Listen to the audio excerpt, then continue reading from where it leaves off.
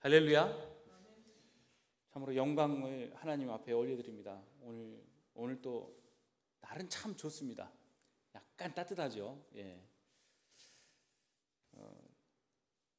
제 기억상 이렇게 무더운 추석절기도 처음인 것 같습니다. 한국의 날씨를 다 경험해 보지는 않았지만 그래도 9월 중순이 넘어가면 아무래도 30도 아래로는 꺾였던 것 같은데 참 징하게 무덥습니다. 어제부터 사실상 추석 연휴가 길게 시작이 되었습니다. 모두 비슷한 생각들을 하시겠지만 어릴 적 추석하면 참 모두 어려워도 푸근하고 풍성한 느낌의 명절이었다라는 그런 기억을 떠올리게 됩니다. 날씨도 달라지고 있고 추석의 그런 의미도 옅어져가는 그런 시대에 우리가 살고 있지 않나 이런 생각을 해보게 되는데요. 제 기억에 아무리 작은 동네 구멍가게라고 하더라도 추석 때만큼은 참 사람들로 붐볐던 기억이 납니다. 그리고 그 사장님의 얼굴이 항상 환했던 그런 기억이 납니다. 집집마다 작은 선물이라도 오갔던 기억이 나고요. 낡은 그 떡방앗간에는 긴 줄이 이렇게 이어져서 아무리 오래 기다려도 그 떡을 기다리는 그 기쁜 마음 때문에 그렇게 지루하지 않게 서로 대화하면서 기다렸던 그런 기억들이 납니다. 이 모든 것들은 서로의 형편을 알고 또 돌아볼 줄 알았던 시대에 존재할 수 있었던 그런 장면이라 생각이 듭니다. 별다른 선물이 아니어도 그저 주고받으면서 고맙고 또 부침개와 서로 빚어준 송편 한 조각에 마음까지 풍요로웠던 그 시절의 추석이 또 그리워지는 그런 시대라고 할 수 있겠네요. 오늘 말씀에는 가버나움에서 말씀으로 백부장의 종을 고쳐주신 예수님께서 그 갈릴리 지역에서 이스라엘 평야 지역으로 여행하시다가 나인이라고 일컬어지는 마을에 이르르셨을 때 나오는 장면이며 사건입니다. 그 나인성에서 나오는 장례 행렬을 예수님과 제자들이 보게 됩니다. 아마도 예수님께서는 적지 않은 장례식을 보셨을 텐데 성경에서는 유독 이 장례식에 관심을 가지셨던 걸로 나오고 있습니다. 그리고 아마 제자들이 사정을 알아보고 예수님께 곧바로 그 사정을 알려드렸던 것으로 저는 그렇게 보입니다. 상주가 아들의 어머니라는 이야기에 예수님께서 아마 저기 마음이 쓰이셨던 것 같아요. 게다가 또 그 아들은 또 어떤 아들이냐면 독자라고 합니다. 이 독자라고 나오는 모네게네스라는 말은 예수님께서 독생자 예수님을 말씀할 때 나오는 똑같은 말입니다. 유일한이란 뜻입니다. 정말 하나밖에 없는 아들이란 뜻이에요. 그 어머니는 과부이고 죽은 아들은 독자라는 이 이야기를 전해들은 예수님께서 장례 행렬을 곧장 따라가서 그 어머니를 만나고 불쌍히 여기시고 울지 말라고 위로하시게 됩니다. 그 옛날 당시에 지금도 마찬가지입니다. 홀로 된다는 건 참 어려운 일입니다. 오늘날에는 그래도 어떤 사회 안에서 자기 역할을 감당할 수 있는 틈이 어느 정도는 있지만 옛날 시대에는 과부는 말 그대로 아무런 보호 대책이 없는 사람입니다. 공동체에서 그녀를 케어해 주지 않는 이상은 어떤 어려움을 당할지 예상하기 어려운 그러한 나락에 떨어져 있는 사람이 과부를 할 수 있겠고, 그 과부가 만약 자식이 있다고 한다면 그 자식을 의지하는 그 또 자식이 그 어머니의 방패막이가 되는 사회 구조가 옛날 사회 구조입니다. 그런데 그 어머니의 소망이며 방패 역할을 했던 아들이 죽게 된 거예요. 이 여인에게는 이제는 아무런 소망도 없고 아마 살아야 할 의욕조차도 없어지게 되었을 것입니다. 그 장면 가운데 예수님께서 개입하셔서 그녀를 불쌍히 여기시며 울지 말라고 위로하시는 겁니다. 저는 이 대목을 읽을 때마다 마음이 좀 뭉클해지는, 그리고 읽을 때 어느 때는 제 자신도 이렇게 마음속에서 또 그 자리에 있는 듯한 그런 마음을 갖게 되는 그런 장면이라 저는 항상 느끼게 됩니다. 여기서 불쌍히 여긴다라는 그 단어는요, 내장이 아프다는 뜻이에요. 그러니까 불쌍히 여긴다는 표현은 참 저 사람 불쌍하구만 하는 그냥 우리가 느끼는 감정 정도, 그런 정도가 아니라 여기서 말하는 이 불쌍히 여긴다는 뜻은 나도 내 안에 있는 내 내장이 떨리고 아프다는 거예요. 그 공감의 표현을 하고 있는 겁니다. 예수님께서 이 표현을 쓰시는 또 다른 장면에서는 그 갈릴리에서 예수님을 따라서 수많은 사람들이 무려 사흘 동안 예수님의 말씀을 쫓아다닐 때 예수님께서 그 무리를 보시면서 내가 이 무리가 참 불쌍하구나, 그들에게 먹여서 이들을 보내야 될 건데 가다가 기진할까 참 내가 걱정이 된다 라고 하실 때 이 불쌍히 여긴다는 단어가 같은 단어예요. 예수님께만 소망을 두고 그 시대에, 그 힘든 시대에 무슨 소망이 있었겠어요? 살아가는데 어떤 목표가 있었겠습니까? 이 사람들에게 하나님의 말씀, 하나님 나라의 복을 선언하셨던 예수님의 말씀을 듣고 배고픔도 잊은 채 쫓아다녔던 그 많은 무리들을 오병이어 기적으로 먹이실 때 나왔던 이 표현이 불쌍히 여기사라는 표현입니다. 우리 대한민국의 기독교가, 신앙이 가장 성장했던 시기가 바로 우리 모두가 가장 배고팠던 그 시기 아니었습니까? 그때 많은 사람들이 신앙에 소망을 두고 이 신앙 가운데 모든 것을 올리고 그렇게 살았던 시기가 있었지 않습니까? 그때 대한민국도 함께 발전하였던 것을 우리들이 기억하고 있습니다. 예수님께서 그녀를 불쌍히 여기시고 그리고 또 울지 말라고 위로하시는데, 여기서 울지 말라는 것은 울음을 그쳐라 이런 뜻이 아니죠.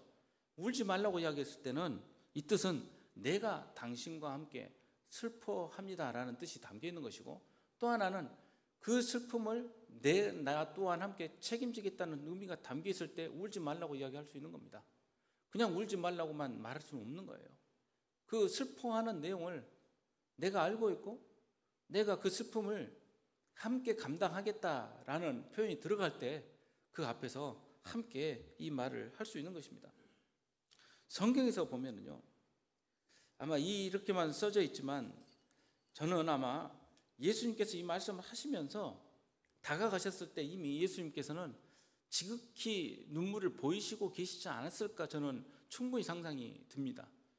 그 여인에게 다가가서 불쌍히 여기시며 울지 말라고 그녀를 다가갔을 때 예수님께서도 아마 울고 계시지 않으셨을까.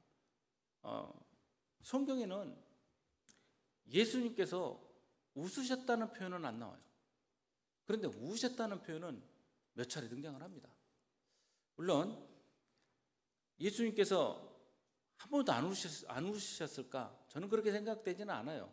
예수님께서는 참 인성으로 이 땅에 오셨기 때문에 우리와 똑같은 성정을 가지시고 즐거운 일이 있을 때는 웃으시고 또 슬픈 일이 있을 때는 당연히 함께 우셨을 겁니다.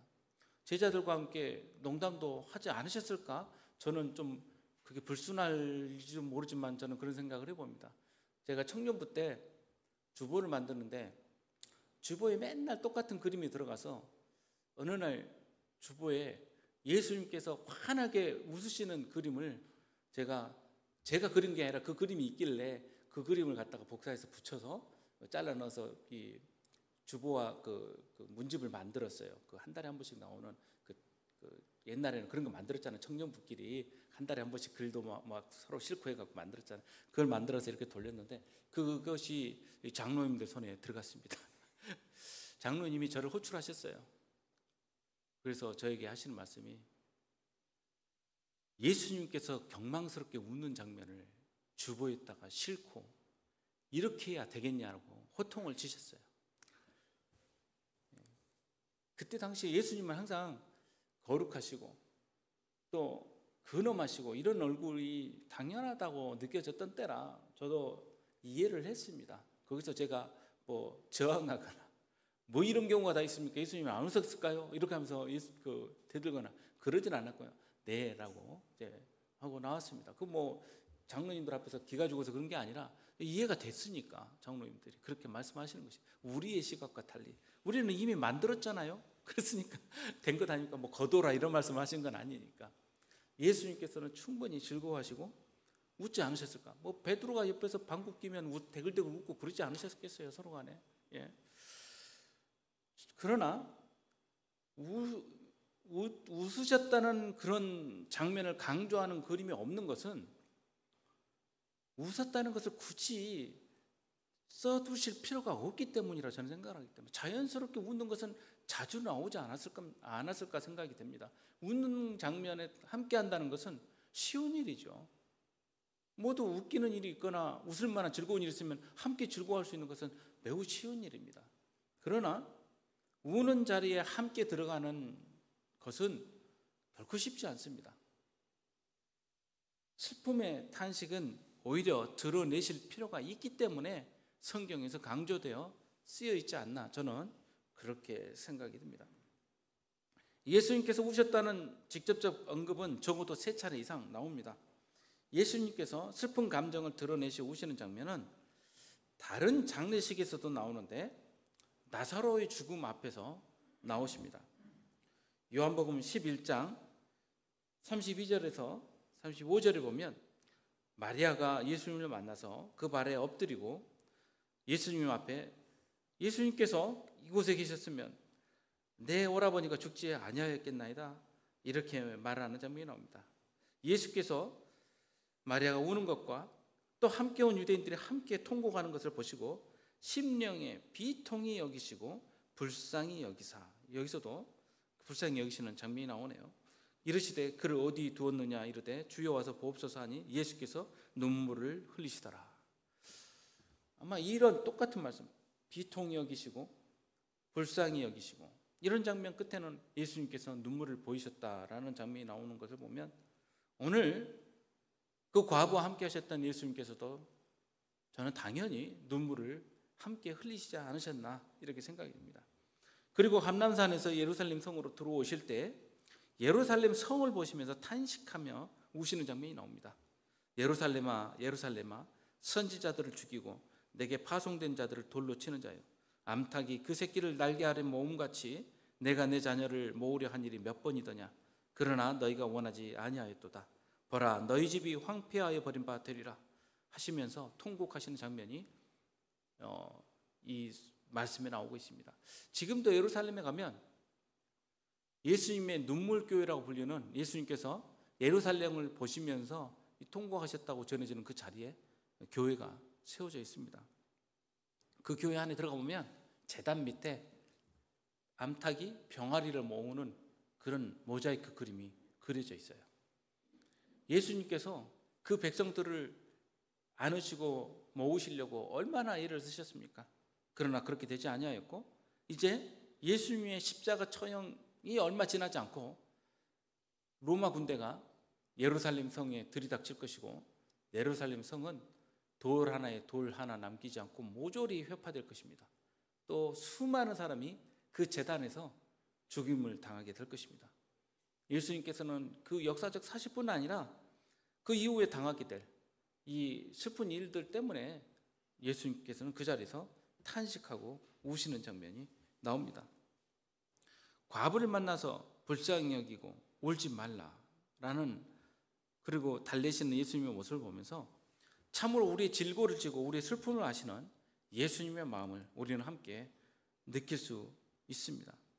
그리고 예수님께서 이제 그 장례 행렬에서 특별한 이적을 행하시는데 그 관에 손을 대시고 그 장례 행렬을 이끄는 사람들을 멈추게 하신 다음에 예수님께서 선언하십니다. 청년아 내가 내게 말하노니 일어나라. 죽었던 자가 일어나 앉고 말도 하기 시작합니다. 그래서 이 청년을 그 어머니에게로 인도해 주십니다. 얼마나 엄청난 장면이었을까요? 그 슬픔의 장례식장이 기쁨의 도가니로 바뀌었을 것이고, 그 어머니는 슬픔의 눈물을 흘리다 이제는 기쁨의 눈물을 흘렸을 겁니다. 모든 사람이 두려워하며 하나님께 영광을 돌려 큰 선지자가 우리 가운데 일어났다라는 이 엄청난 소식을 전하게 됩니다. 그리고 하나님께서 자기 백성을 돌보셨다라고 말을 전하게 됩니다. 이 성경에 나오는 이 성, 오늘 본문에 나오는 성, 이 나인성은요, 이스라엘 평야 한 복판에 있는 곳입니다. 그 자리에 특이하게 그 산이 세 개가 있는데, 하나는 예수님의 그 고향인 나자렛에서 보이는 다볼산이라는 산이 있어요. 그 다볼산은 바락과 그 군대가 그곳에서 드보라와 함께 전쟁을 하여서 사사시대 때 큰 승리를 거뒀던 자리가 다볼산입니다. 그리고 그 다볼산에서 조금만 앞을 시선을 남쪽으로 돌리면 나오는 산이 모래산입니다. 그 모래산 밑에 이 나인성이 마을이 위치해 있고, 북쪽으로 그 맞은편 남쪽으로 수넴이라 불리는 동네가 있습니다. 그 수넴에서 건너편을 바라보면 길보아산이 있습니다. 제가 지리를 가르칠 때 이렇게 가르칩니다. 나자렛에서 바라보면 다 보인다 다볼산, 모래 보자 모래산, 길도 보자 길보아산, 이렇게 해서 이스라엘 성읍에 나오는 이 산 세 곳을 가르쳐주고 그 밑에 있는 성읍들을 제가 가르쳐줍니다. 사건들을 연이어서 이어서 성읍들을 설명하기도 하죠. 그때 수넴과 나인은 빠지지 않고 설명이 되죠. 수넴은 어떤 곳입니까? 우리가 얼마 전에 그 아침 묵상할 때 등장한 동네 아닙니까? 수넴에서는 엘리사가 자주 방문했던 그 동네 아닙니까? 사마리아 쪽으로 오가면서 갈멜산에서 오갈 때 가운데쯤보다 조금 더 지나는 곳에 위치해 있는 곳인데, 그곳에 어떤 여인이 엘리사를 알아보고, 그 시대에 선지자를 귀히 여기는 사람이 참 부족했던 것 같아요. 두려워할 줄은 알았지만 귀히 여기고 대접하는 사람들은 참 부족했던 것 같습니다. 그때 엘리사를 향해서 엘리사 선지자님, 우리 집에 꼭 들렸다 가십시오 라고 말하면서 그 집 위에 다락에다가 따로 엘리사 선지자가 쉴 만한 곳도 만들어 놓고 올 때마다 맛있는 음식을 대접하기도 하고, 이러니 엘리사가 어떻게 합니까? 뭔가를 내가 갚아주고 싶은데 뭘 줄까? 엘리사가 가진 건 없고, 그렇죠? 뭐 좋은 선물을 받았으면 누구나 다 마음으로 어떻게 대접을 할 거, 어떻게 반응을 할 거라는 고민을 하지 않겠습니까? 목사는 할 수 있는 게 이제 기도죠. 선지자도 마찬가지죠. 엘리사 선지자도 어떻게 해서 할까라고 하니 그 돕는 그 시종이 게하시가 뭐라고 말합니까? 이 집을 살펴보니까 아들이 없더구만요. 나이는 많은데. 그래? 그러면서 그 다음에 아들을 낳을 수 있도록 하나님께 기도하고, 실제로 그 사건이 벌어지죠. 그런데 그 귀한 아들이 죽게 되었을 때 엘리사가 어떻게 합니까? 그 아들에게 위 엎드려서 기도해서 살림으로써 이 아이에 대한 그 생명의 그 기쁨이 뭐 몇 배가 아니게 엄청나게 흘러 넘치도록 하고, 그 인근에 그 엘리사 선지자 했던 그 사역이 소문으로 흘러가도록 하지 않았습니까? 그 수넴의 마을의 이야기가 전설 따라 삼천리보다 더 강하게 전달되어 오지 않았겠어요? 근데 바로 옆 동네 나인에서 이 사건이 벌어졌으니 사람들이 뭐라고 말하겠습니까? 엘리야와 같은 선지자, 엘리사나 엘리야는 동일한 사람이나 똑같아요. 왜냐하면 그 능력이 그대로 엘리사에게 갔기 때문이죠. 그래서 엘리사를 말하면 엘리야를 말하는 것이고, 엘리야의 이야기를 할 때는 엘리사가 또 빠지지 않습니다. 큰 선지자가 우리 가운데 일어났다라고 이야기되는 것은 바로 이 일 때문입니다. 엘리야 같은 선지자를 하나님께서 그 마지막 때 일으키신다고 말씀하지 않으셨습니까? 그 선지자가 일어났다는 이야기고요. 또 하나는 더 중요한 말씀은 하나님께서 자기 백성을 돌보셨다라는 말인데, 여기서 돌보셨다라는 뜻은 무슨 뜻이냐면요, 가까이서 보다라는 뜻인데, 이 가까이 보려면 어떻게 해야 돼요? 찾아가야 되는 거 아니에요? 그래서 번역 성경에는 뭐라고 번역되냐면요, 여기서는 하나님께서 자기 백성을 돌보셨다고 되어 있지만 하나님께서 자기 백성을 찾아오셨다라고 번역이 되고 있습니다. 그러니 하나님께서 오신 거예요. 예수님께서는 큰 선지자이시면서 하나님이시죠. 그 예수님을 증거하는 사건이 이곳에서 일어난 겁니다. 엄청난 일이 일어난 거예요. 이 소식을 세례 요한의 제자들이 감옥에 갇힌 그에게 전하게 됩니다. 세례 요한은 이때 그 왕조의 잘못을 지적하다가 감옥에 갇히게 되었습니다. 그러니까 옛날부터 여자는 건들면 안 돼요. 무슨 여자를 건들면 안 되냐면 특히 왕의 여자를 뭐라고 하면 안 됩니다. 왕이 다른 것은 참아도 자기 부인 뭐라고 한 것은 못 참은 모양이에요. 그래서 세례 요한을 갖다가 감옥에 가둬버립니다. 요즘도 조심하죠. 예. 요한이 다시 제자들을 불러서 예수님께 질문을 보냅니다. 예수님, 당신이 정말 메시아 맞습니까? 아니면 내가 다른 분을 기다려야 됩니까? 여기서 조금 이상하지 않습니까? 다른 사람도 아니고 세례 요한은 예수님의 길을 예비하고 하나님의 어린 양을 보라고 선언했던 사람 아닙니까? 그런데 이러한 선지자가 왜 예수님께 당신 진짜 맞습니까? 하고 의문의 질문을 던졌을까요? 여기에는 가장 큰 여러 가지 이제 학자들의 견해가 있지만 가장 큰 견해가 두 가지가 있습니다. 하나는 세례 요한은 의심하지 않았다. 그러나 의심하는 제자들을 위해서 대신 질문을 시켰다라는 거예요. 그러니까 제자들이 예수님이 참으로 그분이 맞나, 메시아가 맞는지에 대해서 설왕설래하는 것을 세례 요한이 보고 직접 입으로 듣고 증거를 받도록 하기 위해서 제자들에게 질문을 시켜서 보냈다는 거예요. 저도 이 대목에 굉장히 많은 그 표를 주고 싶습니다. 그런데 또 다른 부분도 제가 그럴 수도 있겠다는 생각을 하게 돼요. 그 부분은 무슨 말이냐면 세례 요한 또한 고통 가운데 있으면서 자신이 그 자리에 갇혀 있는데 메시아가 오면은 모든 사람을 자유롭게 하는데 본인도 풀려야 될 것 아니에요.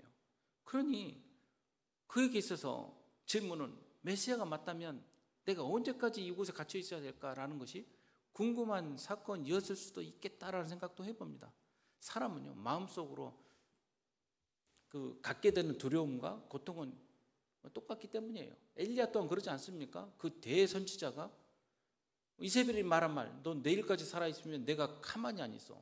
이 말 한마디에 그 다음날 주랭랑을 치는데 가면서 나 죽고 싶습니다 하지 않습니까? 이해가 됩니까? 한편으로 이해가 안 되는 부분, 하나님의 말씀에 있어서는 담대하고 또 그 말씀에 있어서는 순종하게 되지만 우리 안에 있는 두려움과 또 마음의 번민과 고민은 누구나 가질 수 있다는 부분에서는 충분히 제기될 수 있는 이야기 아닐까. 그러니 오히려 우리들은 더 그 복음 안에서 그 안심하게 되지 않습니까? 나만 이렇게 새 가슴인가 보다. 나만 이렇게 항상 두려운가 보다. 예수님의 믿는 신앙이 있으면 두려워하지도 않을 텐데 이렇게 고민될 수 있지만 이런 대선지자들도 똑같은 고민과 또 그런 불안감을 가질 수 있었다라고 생각해 본다면 우리한테는 또한 위로가 되는 말씀이 아닐 수 없지 않겠습니까? 예수님께서 대답하여 이르시되 너희가 가서 보고 들은 것을 요한에게 알려라 라고 하시면서 답변을 주십니다. 맹인이 보며 못 걷는 사람이 걸으며 나병 환자가 깨끗함을 받으며 귀먹은 사람이 들으며 죽은 자가 살아나며 가난한 자에게 복음이 전파된다. 이 말씀 6가지의 그 증거를 들이내밉니다. 이 증거는 이사야서 61장 1절 안에 모두 포함된 내용입니다. 이사야서 61장 1절에 이렇게 말씀하시죠. 주 여호와의 영이 내게 내리셨으니 이는 여호와께서 내게 기름을 부으사 가난한 자에게 아름다운 소식을 전하게 하려 하심이라. 나를 보내서 마음이 상한 자를 고치며 포로된 자에게 자유를 갇힌 자에게 노임을 선포하며. 이 말씀 가운데 다 포함이 되어 있죠. 마음이 상한 자, 이 샤바라는 이 말과 그리고 또 갇혀 있다라는 샤바라는 이 샤바하고 거의 발음이 좀 비슷한데요. 즉 잡혀 있는 사람들, 그리고 자유롭지 못하는 사람들, 그리고 또 갇혀가지고 그 멍에를 진 사람들, 그리고 무엇이든지 할 수 없는 가운데 있는 사람들을 예수님께서 다 풀어주시겠다는 거 아니겠습니까? 여기서 갇힌 자라는 말은 금지라는 뜻이에요. 어떤 부분에서 금지냐면요, 할 수 있는 게 없어요. 자, 세상적으로 능력주의 사회 아닙니까? 능력 없으면 다 도태되지요. 능력은 절대 공평한 게 아니에요. 머리가 똑똑한 채로 태어난 사람이 있고 그만 안 되는 사람이 있어요. 형편이 넉넉한 사람이 있고 그렇지 못한 사람이 있습니다. 건강한 채로 태어난 사람이 있고 그렇지 못한 사람이 있습니다. 잘생겨가지고 태어난 사람이 있고 그렇지 못한 사람이 있어요. 그걸 어떻게 공평하다고 할 수 있겠습니까? 그나마 이 모든 것 다 좋은 것들은 다 가지고 온 사람들 또 있어요. 보면요, 이런 가운데 할 수 있는 게 없는, 즉 금지되어 있는, 사회적으로 이미 안 될 수밖에 없는 그런 여건에 있는 사람들을 모두 하나님께서, 예수님께서 풀어주신다는 것 아니겠습니까? 그래서 가난한 자에게 아름다운 소식이라고 말하죠. 가난하다는 뜻은 육신적으로도 그렇고 능력적으로도 그렇고 영적으로도 그렇고 재물적으로도 그렇고 이 모든 부분이 함께 들어있는 사람이에요. 이 사람에게, 이런 사람들에게 복된 소식이 전해지는 일이 바로 예수님께서 하시는 일이죠. 메시아 사역이지 않습니까? 이제 세례 요한의 제자들은 답을 얻었고 세례 요한 또한 답을 얻었습니다. 예수님께서는 이 답변을 주어서 제자들을 보내신 다음에 예수님의 제자들을 향하여 이렇게 말씀하십니다. 누구든지 나로 말미암아 실족하지 아니하는 자는 복이 있다. 세례 요한에 대해서는 굉장히 높여주시죠. 그 뒤에 그러면서 이 말씀을 하시는 거예요. 누구든지 나로 말미암아 실족하지 않은 자는 복이 있도다. 자, 이 말씀이 무슨 말씀일까요? 무엇 때문에 실족한다는 뜻입니까? 여기서 실족이라는 것은 덫에 걸린다는 뜻이죠. 예, 이 덫에 걸린다는 뜻, 헬라어인 스칸달리조라는 이 뜻에서 스캔들이라는 영어 단어가 나왔어요. 예, 그러니까 어디 걸려가지고 옴짝달싹 못하는 그런 일들이 벌어질 때 스캔들 이렇게 말을 하죠. 영어 성경에서는 불쾌하게 하는 일이라고 번역을 해두었더라고요. 예, KJV에서 보면은요, 나를 화나게 만드는 일이라고도 번역되어 있습니다. 그리고 현대 주석에서는 발에 걸려 넘어지다라고 되어 있고 NIV에서는 fall away, 멀리 떨어져서 멀어지다라는 뜻으로 되어 있고요. 다른 영어 성경에서는 의심하는 것으로 번역이 되었습니다. 참 다채롭게 번역되었지만 예수님에 대해서 감정이 상해서 떠나게 되는 것, 독일어에서는 그렇게 성경이 되어 있어요. 우리가 복음을 전해 듣고 기쁠 때는 있지만 항상 기쁠 수가 없어요. 그렇죠? 그 주일날마다 하나님의 말씀을 우리가 듣지만 우리가 그 말씀 들을 때마다 우리 마음이 항상 심정이 떨리고 막 가슴에 기쁨이 넘치고 또 은혜가 넘치는 일이 매번 벌어집니까? 저 또한 고민이 돼요. 매번 말씀 전할 때마다 어떻게 해야 하늘에서 불 탁 떨어지듯이 어떤 목사님 말씀한 대로 불 딱 떨어지듯이 그렇게 말씀을 전할 수 있을까? 고민이 심히 되지 않을 수 없습니다. 매번 부흥회하듯이 할 수는 없는 거예요. 그러나 어떤 부분에 있어서는 오히려 시험에 걸리는 일들이 생겨난단 말이에요. 예수님 말씀 때문에. 나의 죄성을 일깨우는 말씀일수록 더 그렇습니다. 시험에 걸리게 됩니다. 그리고 분노하게 돼요. 나 예수 안 믿어. 이런 게 예수라면 나 안 믿을래. 이렇게 그냥 분노하게 되는 일들이 생겨나게 됩니다. 그러니 예수님으로 말미암아 실족하지 아니한다는 것은 이 말씀 때문에 실족하지 아니하는 경우를 또 말하는 거죠. 그러니 이 말씀이 오히려 복음이 되기도 하지만 어쩔 때는 심하게 나를 괴롭히는 말씀이 될 수도 있어요. 그래서 의심하지 않고 감정이 상해서 예수님을 떠나는 일이 없다고 한다면 복이 있다. 다 우리가 믿어서 이 자리에 있는 것처럼 보이지만 끝까지 가봐야 아는 거죠. 중간에 어떤 일이 생길지 우리가 어떻게 합니까? 하나님께서 내게 항상 복 주실 줄만 알았는데 왜 내게 이런 일이 일어납니까? 라고 말하면서 삿대질하면서 떠나게 되는 일들이 생겨날 수도 있는 것 아니겠습니까? 공동체 내에서도 그렇죠.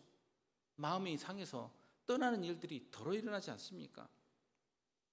오늘 본문 마태복음 또 11장 6절에서 보면요, 그 다른 본문에서 보면 그 예수님을 버리는 일에 대해서도 이야기를 합니다. 의심하는 일에 대해서도 이야기 나옵니다.